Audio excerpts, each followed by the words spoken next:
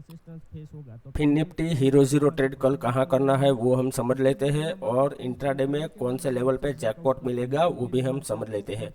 अभी सबसे पहले फिर निफ्टी का लेवल देख लो, 19,520 19,521 के आसपास क्लोजिंग है। तो यहाँ ये देखो कि नीचे यहाँ लगातार ये जो कैंडल्स बनी है 1 2 3 4 5, तो ये पांचों कैंडल एक सपोर्ट की तरह आपको नजर आ रही होगी। ये लास्ट दो कैंडल का ये जो लो है इसको आपको सपोर्ट की तरह ही समझना है, ये मोस्ट इम्पोर्टेंट सपोर्ट है कल के लिए। दूसरी बात कि यहाँ से आज का ये जो हाई है वो आपका रेसिस्टेंस होने वाला है। अभी 15 मिनट चार्ट में जाने के बाद हम देख लेते हैं कि हमें एग्जैक्टली कहाँ पे ट्रेड करना चाहिए। अभी यहाँ लेवल देखो कि यहाँ से एग्जैक्टली ये जो मार्केट अभी बाउंस यहाँ से हो रहा है, यहाँ ये जो सपोर्ट लिया है वो यहाँ जो ब्रेकआउट किया था वो सपोर्ट है। ये 15 मिनट चार्ट के अंदर आपको एक पिक्चर परफेक्ट नजर आ जाएगा, ये समझो। यहाँ से ये फर्स्ट टाइम मार्केट ये सेलिंग आया, फिर से अपसाइड गया, नीचे गया, ये अपसाइड जाने के बाद ये सपोर्ट लिया, वो कहाँ पे लिया जहाँ से ये एग्जैक्ट ब्रेकआउट किया था, ठीक है। फिर ये अपसाइड ये यहाँ तक गया, तो ये एग्जैक्ट रेसिस्टेंस जो दूसरी बार सेलिंग आया था वहां से ये नीचे आ गया, लेकिन फिर यहाँ डब्ल्यू बना के अपसाइड जा रहा है। ये डब्ल्यू पैटर्न यहाँ फॉर्म हो रहा है 15 मिनट चार्ट में, ठीक है। लेकिन फिर से ये देखो ये ब्रेकआउट एरिया के आसपास से ही सपोर्ट लिया है, ठीक है। तो ये पूरा एरिया सपोर्ट है। तो हमें ट्रेड कब करना है वो आप सबसे पहले समझ लो कि अगर मान लो कि कल मार्केट फ्लैट ओपन हो रहा है फैन निफ्टी और अपसाइड मूव हो रहा है यहाँ से, 1 सेकंड में आपको कैंडल थोड़ी बड़ी करके शो कर देता हूँ। यहाँ से ये फ्लैट ओपन होने के बाद अगर ये अपसाइड जा रहा है तो ये पहले कैंडल के अंदर ही आपका कॉल बाय हो जाना चाहिए और आपका टारगेट हो जाना चाहिए 19,600 तक पहला टारगेट हो जाएगा, क्योंकि कल एक्सपायरी है। तो बहुत तेजी से प्रीमियम अगर मोमेंटम हुआ तो बहुत तेजी से आपको तुरंत प्रॉफिट मिल जाएगा। तो आपको फास्ट एंट्री एग्जिट करना पड़ेगा। अगर 9:15 का कोई ट्रेड ले रहा है या 9:20 के अंदर तो आपको बहुत एंट्री एग्जिट फास्ट करना चाहिए। अदरवाइज आप 4-5 दिन पेपर ट्रेड करो, फिर आप एक क्वांटिटी में ट्रेड करो, उसके बाद आप ट्रेडिंग के अंदर आओ। अभी ये समझो कि मार्केट मान लो कि यहाँ फ्लैट ओपन होने के बाद नीचे आया तो यहाँ ट्रेड ना करें। यहाँ जो 19,500 का लेवल है वहां जाने के बाद एक बार मार्केट यहाँ कहीं ये सपोर्ट एरिया से कहीं पर भी ये बाउंस बैक करे, फिर ये ब्रेक करता है ये लेवल, तो यहाँ से आप एग्रेसिव क्वांटिटी में पुट बाय कर सकते हैं, ठीक है। अगर गैप अप खुला तो मार्केट के अंदर यहाँ एक ट्रेंड लाइन चला आ रहा है, वो ट्रेंड लाइन ब्रेक हो जाएगा तो मार्केट तुरंत अपसाइड मूव हो जाएगा, ठीक है। अगर गैप डाउन खुला और ये जो स्विंग है 19,500 का वो ब्रेक कर, गैप डाउन होने के बाद ये सस्टेन नहीं करना चाहिए 1 या 2 मिनट, ये तुरंत अगर ब्रेक करता है तो यहाँ से आप पुट बाय कर सकते हैं। फिर ये अपसाइड जाने के बाद नीचे ब्रेक करे तो यहाँ से एग्रेसिव क्वांटिटी में पुट बाय कर सकते हैं। अब हम हीरो जीरो ट्रेड समझ लेते हैं। अभी हीरो जीरो ट्रेड के लिए आपको साइकोलॉजी पहले स्ट्रॉन्ग बनाओ, वो समझो कि कैसे होगा। अभी ये समझो कि 19,500 ये जो लेवल है ये एक राउंड लेवल है, तो राउंड लेवल के अंदर बहुत साइकोलॉजी होती है, उसके अंदर बहुत ज्यादा लोगों ने कॉल और पुट बाय करके रखे होते हैं और कॉल और पुट ऑप्शन सेल करके रखे होते हैं, तो ये मोस्ट इंपॉर्टेंट लेवल होता है।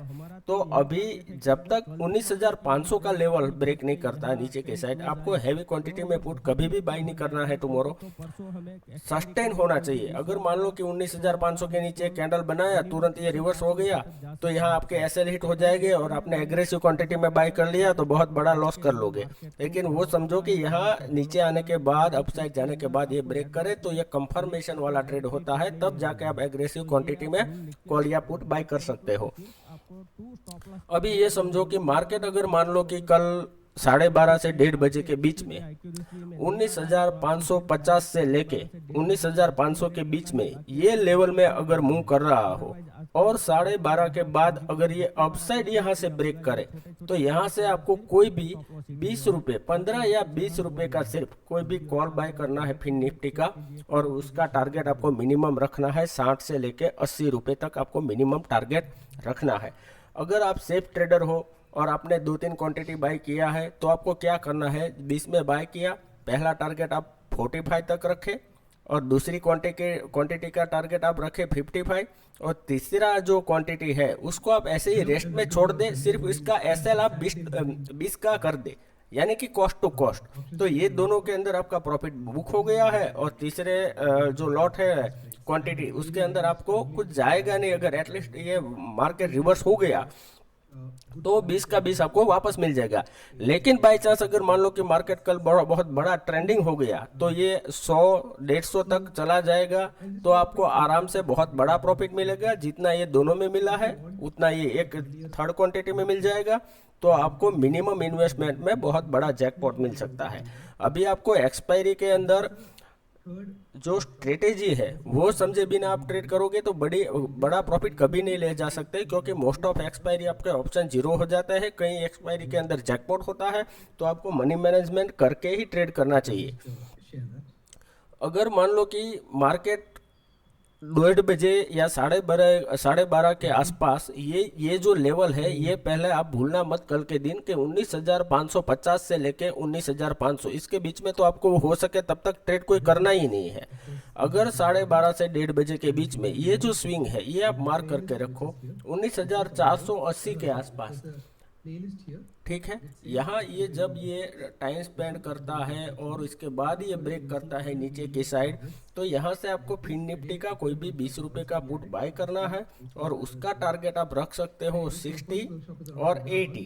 ये मिनिमम टारगेट आपको रखना ही चाहिए, ठीक है। लेकिन और एक प्रोबेबिलिटी है, मान लो कि 2 बजे तक मार्केट इसी रेंज में घूम रहा है और उसके बाद मार्केट यहाँ से अपसाइड या डाउन साइड मूवमेंट हो रहा है, तो आपको उसका जो ऑप्शन का जो प्राइस है वो शायद 10% चांसेस होते हैं कि वो 100 के अपसाइड जाए। तो आपको है ना सिर्फ 50 रुपए का टारगेट रखना है और क्वांटिटी जो भी है वो बुक कर लेना है। अगर वो चला जाता है तो इट्स ओके, हमारा टारगेट था 50, हमें मिल गया, बस आपको सेटिस्फेक्शन होना चाहिए।